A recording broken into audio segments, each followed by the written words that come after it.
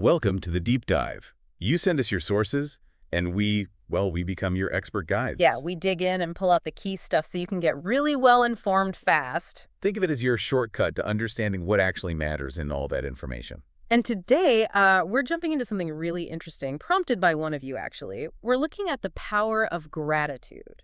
Right, and how it might, shape our reality. The source we have talks about it in terms of manifesting. Exactly. So we've got these excerpts from a PDF called Main Chi plus Phi.pdf. And our mission, basically, is to unpack the main ideas about gratitude in there. We want to figure out how you might use these ideas for maybe positive change in your life, but without getting sort of overwhelmed by it all. Okay, so this source, it kicks things off talking about emotions having different, what does it call them? Vibrational frequencies. Mm-hmm.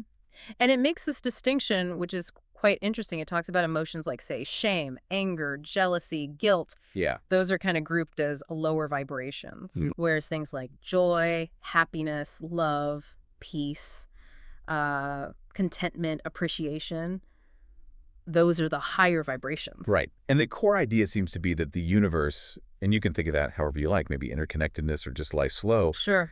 It responds to these frequencies. The author literally says, we attract what we feel. Like tuning a radio almost. Yeah, that's a good analogy.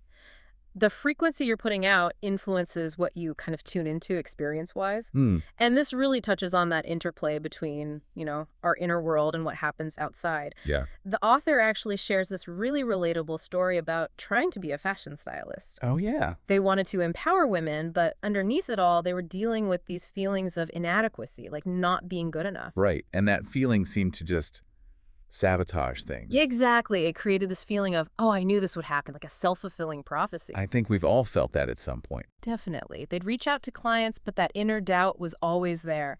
And then when they got rejected. Yeah, it just confirmed the doubt. Yeah. Yeah. Wow. It really shows how much our internal story can, build our external world. It really does. And connecting that back, it shows how these deep beliefs, these emotional habits can create these loops, right? The author even says, looking back, it felt like maybe 10 years of almost unconsciously looking for proof that they were a failure. Oof.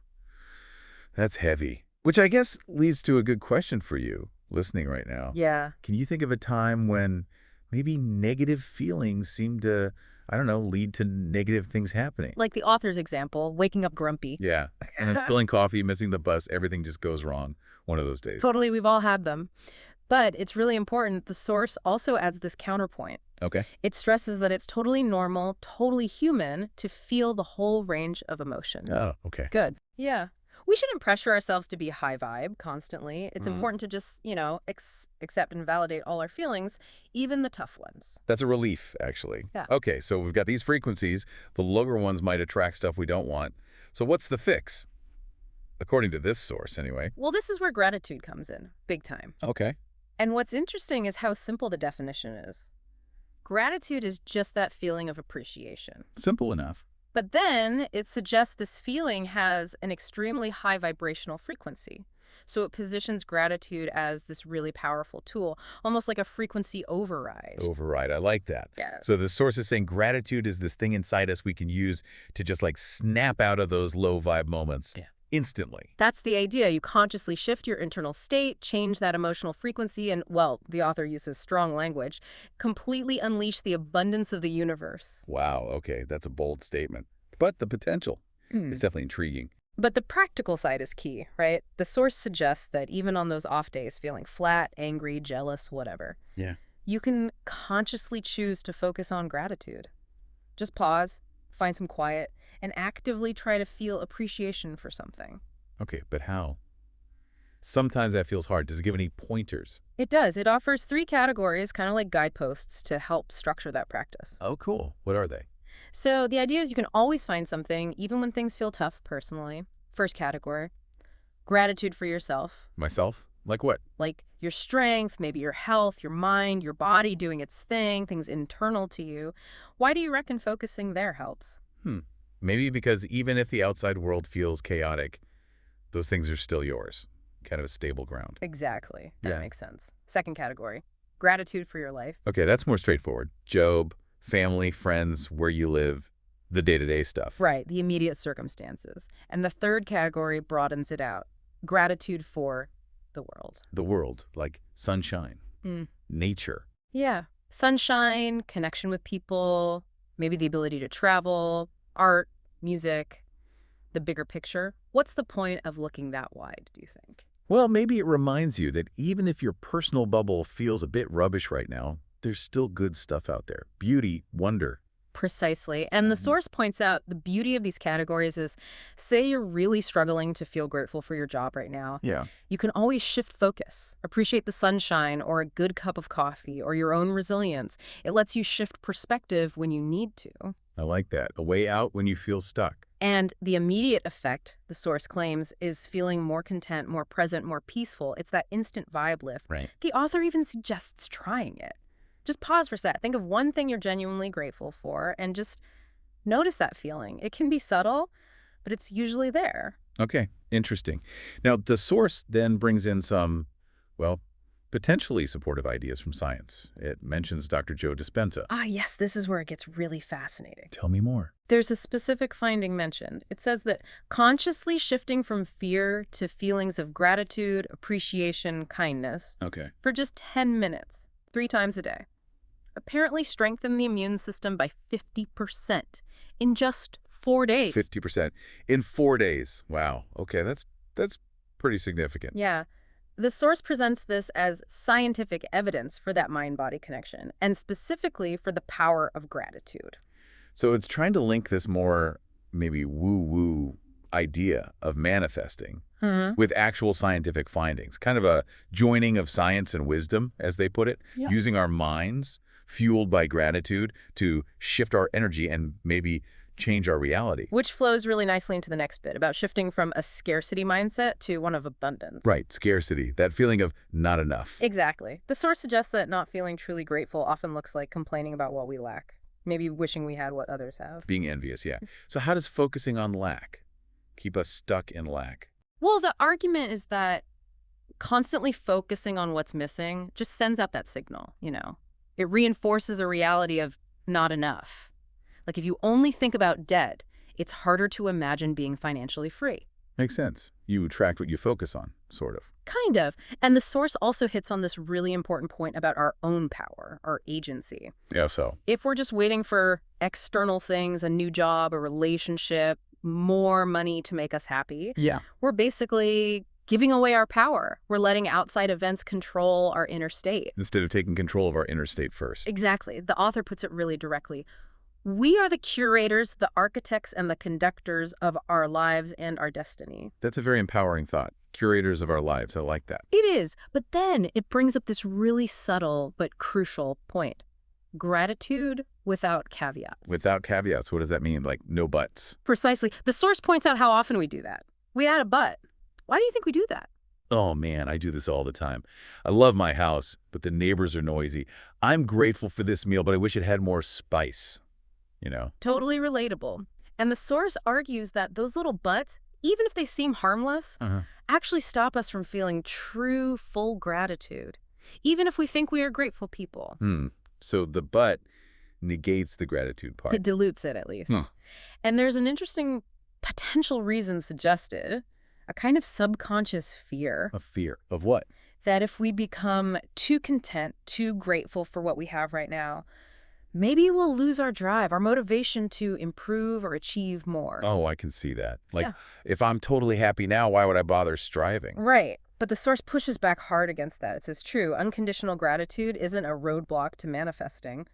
It's actually essential to it. Essential? How? It talks about finding the manifesting sweet spot, which is like holding a clear vision for what you want, while at the same time feeling genuinely deeply grateful for everything you have right now. No buts. Vision and present gratitude.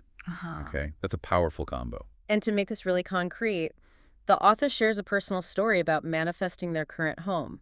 It's a fantastic illustration of this whole shift. Oh, let's hear it. Okay, so the story starts with them feeling pretty down about where they were living. It was during pregnancy, then the pandemic hit. Stressful times. Very. And the apartment wasn't ideal. So initially, lots of negativity, focusing on the downsides, the complaints. Understandable, maybe. Sure. But then something shifted. There was this turning point where they started feeling genuinely grateful just for having a roof over their head, for the home they were making there, flaws and all. Ah, the shift. They embraced it. They truly embraced it, no caveats. And what happened next, according to the story? Don't leave me hanging.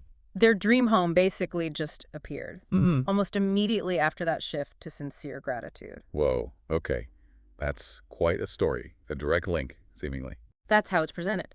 And the author breaks down the steps they see. Clear vision first, then releasing fear and doubt about getting it, then aligning actions with the vision, getting through challenges or tests, and then, crucially, embracing that gratitude without reservations. Clear vision, remove doubt, act, overcome tests, gratitude. Got it. So the big question then becomes, how do we actually cultivate this kind of gratitude? The kind without the buts. Yeah, the practical stuff. Well, the source offers several really useful techniques that you, listening, could actually try. Okay, lay them on me. First one is journaling. The author seems to be a big fan. 2 specific ways are mentioned. Right. First, just making gratitude lists. Simple as that. Write down, say, 15 things you're grateful for each day. 15. That sounds like a lot. It does, but the suggestion is to pull 5 from each of those categories we discussed: self, life, world. That helps broaden the scope. Why do you think writing them physically helps? Maybe it just forces you to slow down and actually name them. Makes them feel more real than just thinking them. Could be.